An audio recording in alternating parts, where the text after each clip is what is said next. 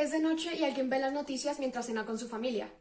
No es un secreto para nadie que al entrar a un canal de noticias en Colombia, sea Caracol, Canal 1 o RCN, siempre escucharemos malas noticias. Los presuntos implicados en la muerte de la joven Ana María Castro perdieron la vida a manos de un hombre que convivía con ellas, según Heidi Soriano y su pequeña niña de 4 años, víctimas de feminicidio en Bogotá. Entonces la persona piensa, lo mismo de siempre, qué pereza.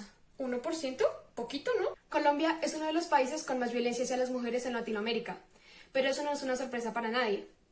Por más catastrófico que sea el problema, la gente ya no se sorprende, porque en Colombia estamos acostumbrados a la violencia. Es el pan de cada día. Lo peor de todo no son los actos de violencia, sino la cultura de la gente.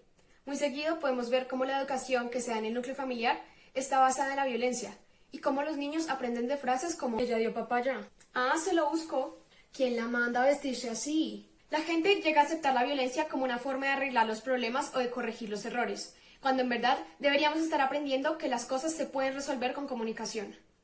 La violencia en contra de la mujer puede ser considerada cualquier violación a los derechos humanos de la misma, ya sea en espacios públicos o privados, se puede manifestar física, sexual y psicológicamente. En el mundo, 1 de cada 3 mujeres ha sufrido violencia física y o sexual.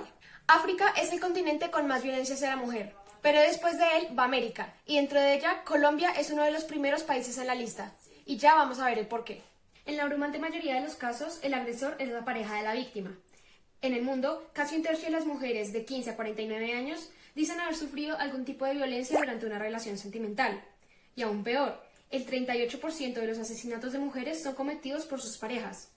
Esta cifra se redujo un 34% en 2020, al igual que la cifra de violencia sexual, que durante 2020 fue de 8.252 casos, una reducción del 32%. Y en materia de feminicidio, durante el 2020, 519 mujeres fueron asesinadas. Y en 2021 no vamos por buen camino. Solo en sus primeros 12 días, 13 niñas y mujeres han sido víctimas de feminicidio, 5 asesinadas por su pareja, 1 por su expareja, 3 por un familiar y en 4 casos no se ha identificado al agresor. El departamento con más feminicidios es Antioquia, seguido por el Valle del Cauca y Bogotá. Cada uno presenta más feminicidios en zonas urbanas que en rurales. Además, hay una clara diferencia de edades entre las víctimas, pues vemos que las mujeres más vulnerables son las adolescentes y las adultas jóvenes, aproximadamente entre los 15 y los 40 años. Algo que hace la situación más triste es el hecho de que en la gran mayoría de los casos, las mujeres son asesinadas en su propio entorno, ya sea en su casa o en la de su pareja, y muchas veces allí mismo se queda el cuerpo. Solo en los primeros 3 meses de 2021 ya se registraron 158 feminicidios en Colombia. Como siempre, las víctimas son mujeres jóvenes y totalmente inocentes. Hola, ¿cómo estás? Bien, muchas gracias. Bueno, la pregunta es, ¿tú qué crees que causa la violencia en contra de la mujer? Pues yo creo que hay principalmente 2 causas.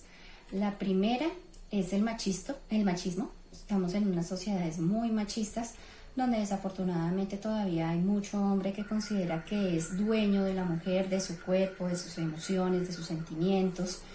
Y otra causa me parece a mí que es la violencia generalizada de la sociedad. Tratamos de resolver todo imponiéndonos a los golpes y yo creo que esas son como las 2 principales causas que generan la violencia contra la mujer. ¿Alguna vez te has sentido violentada? Sí, en muchas ocasiones, muchas veces digamos que en el aspecto laboral, muchas veces en el aspecto, cuando uno está estudiando también recibe ciertas presiones. A veces en ámbitos familiares también se presentan situaciones que son muy incómodas para uno como mujer y que se nota que no se presentan sobre los miembros masculinos. Muchas gracias. De nada, que estés muy bien. La violencia hacia la mujer es causada por muchos factores combinados, a nivel individual, familiar, comunitario y social. A nivel individual, la persona que llega a violentar a otra puede haber sido expuesta a la violencia en la infancia, hacia él mismo o hacia otros. Si alguien es educado pensando que las cosas dentro de su familia se solucionan con violencia y que los errores son reprendidos con golpes, es muy probable que repita este comportamiento con su propia familia. A nivel de la interacción entre 2 personas, muchas cosas pueden llegar a fallar. La comunicación dentro de una relación es esencial, ya sea amistosa, familiar o romántica. Cuando la comunicación no es suficiente, es posible que las cosas terminen siendo resueltas con violencia, porque así es como estamos acostumbrados a hacerlo. Aquí es donde viene una de las partes más importantes, la causa principal de la violencia de género, y es el factor social. Cuando la sociedad tiene concepciones machistas, se le otorgan privilegios y una condición superior a los hombres, mientras la mujer tiene una posición inferior. Se cree que los hombres merecen más respeto que las mujeres, haciendo también que esté bien visto que el hombre tenga múltiples parejas o actitudes violentas, mientras que la mujer debe ser recatada y obediente. Entonces, cuando alguien empieza a salirse de esa regla, comienza la violencia. La cultura tiene un papel muy importante, especialmente en Colombia, donde además de ver el machismo, también vemos lo arraigada que está la violencia y el alcoholismo en nuestra cultura.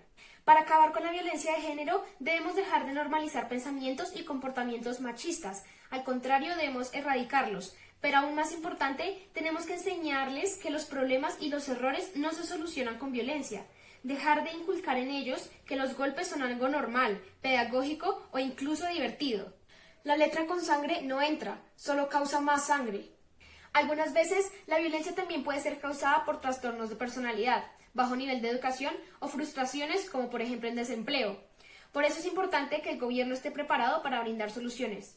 En el caso médico, se debe tratar efectivamente a los pacientes con trastornos que puedan traducirse a violencia.